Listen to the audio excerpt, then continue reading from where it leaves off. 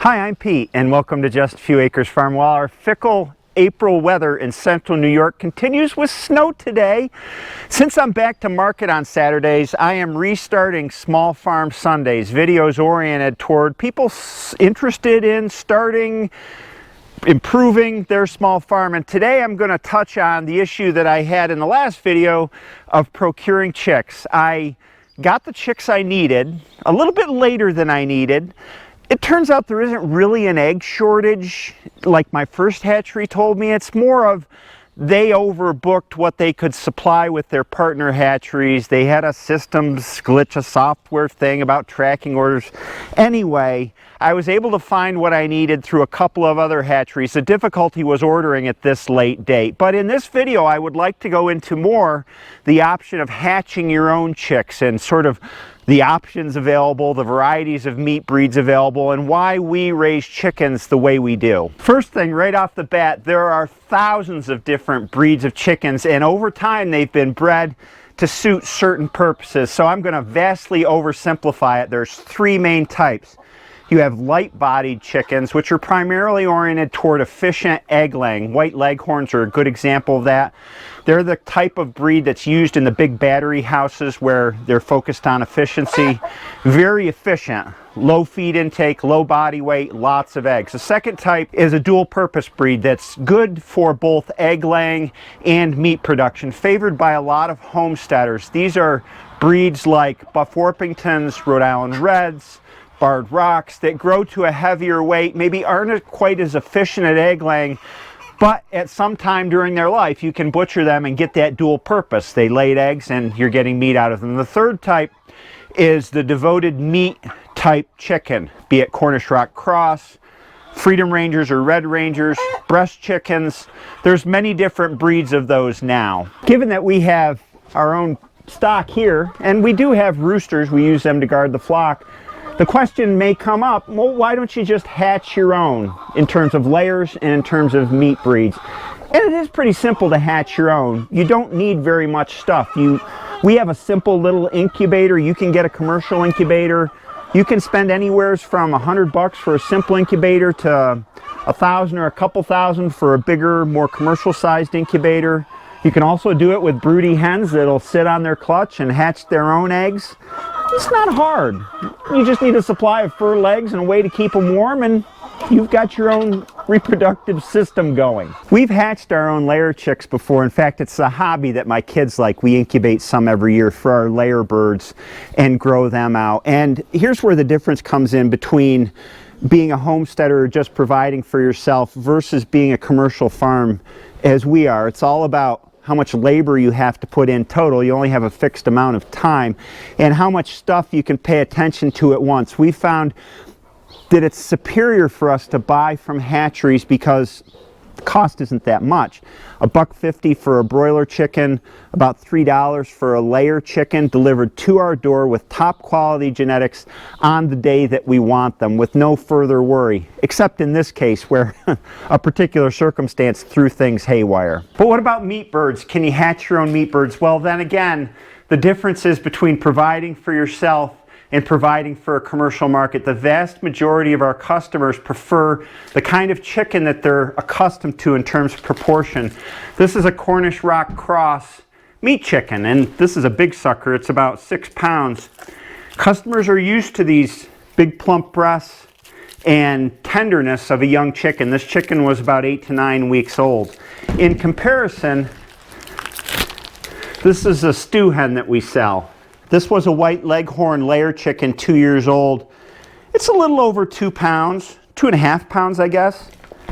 2 years old. They'll max out in weight at about 20 weeks old or so. So you're looking at 5 months versus this 8-week-old Cornish Cross that's 6 pounds. What a difference. Now, if you're raising the big-bodied, dual-purpose birds, you'll get about 3.5, 4 pounds, maybe 4.5 pounds out of a carcass of that dual-purpose bird with different proportions. The breasts will be lighter, the meat will be more distributed between light and dark meat. I like it just fine for my own personal consumption, But as I said, the customers are used to, at least in America, those proportions of the Cornish Rock crossbreed. So that's a big difference between providing for yourself and providing for a customer base. In addition, customers want continuity or homogeneity in what they're buying. So if they buy a product one week from your farm, they expect, if they liked it, to get the same product the next time they come. And when we're getting our Cornish Rock cross stock from a hatchery with good genetics, we have that consistency of product that we want. Regarding hatching our own Cornish Rock cross meat chickens, I can't do it. The genetics are incredibly touchy, and the basics are that you breed a Cornish chicken with a white Plymouth Rock chicken, and the cross results in this very heavy meat breed that can't reproduce itself. So you need that crossing stock, and the genetics are so complicated. There's actually more than just those two breeds involved in the best lines, and the actual genetic lines are a closely guarded secret by the hatcheries with the best ones, because that's their living, and they've created this breed that grows fantastically. In fact, Cornish Rock crosses grow more efficiently than any other breed. In other words, you put the least amount of feed in them for the greatest amount of growth, be it on pasture, be it on grain. We grow a hybrid of both pasture and grain to get the best tasting meat, which is quite different from the Cornish cross breeds that you get in the supermarket, a supermarket chicken. But anyway, I did an experiment when we were starting, and I raised some of the other meat breeds like Red Rangers, and I compared my inputs. I kept careful track. The Cornish cross took 8 weeks to grow out to about 4 1/4 pounds. The Red Rangers took about 12 weeks to grow out to close to that weight, a little bit lighter, with the same feed intake. Now you might say, oh, that's pretty good. 8 weeks versus 12 weeks, same weight, almost the same feed intake. But with a commercial farm, what kills you is the labor, because to get those birds the best quality possible, I got to move them to fresh grass every day.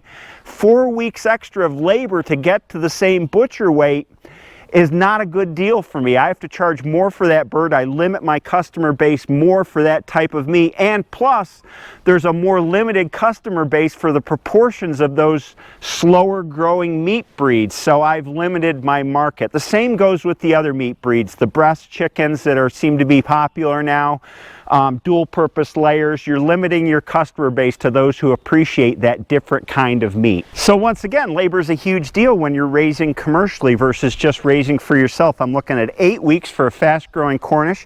I'm looking at 12 weeks for a slower growing Red Ranger or any of those variants. And I'm looking at 20 weeks to raise a dual purpose layer meat breed chicken. And the more labor I put in, the more I got to charge, compounded by the fact that I have a lower carcass weight for those other chickens. Now then, on the flip side, there's a number of common complaints about Cornish cross chickens. They're Franken chickens. They grow so fast. The meat quality is bland. They're touchy. They like to die. All those sorts of things. They're dirty. They lay on the ground.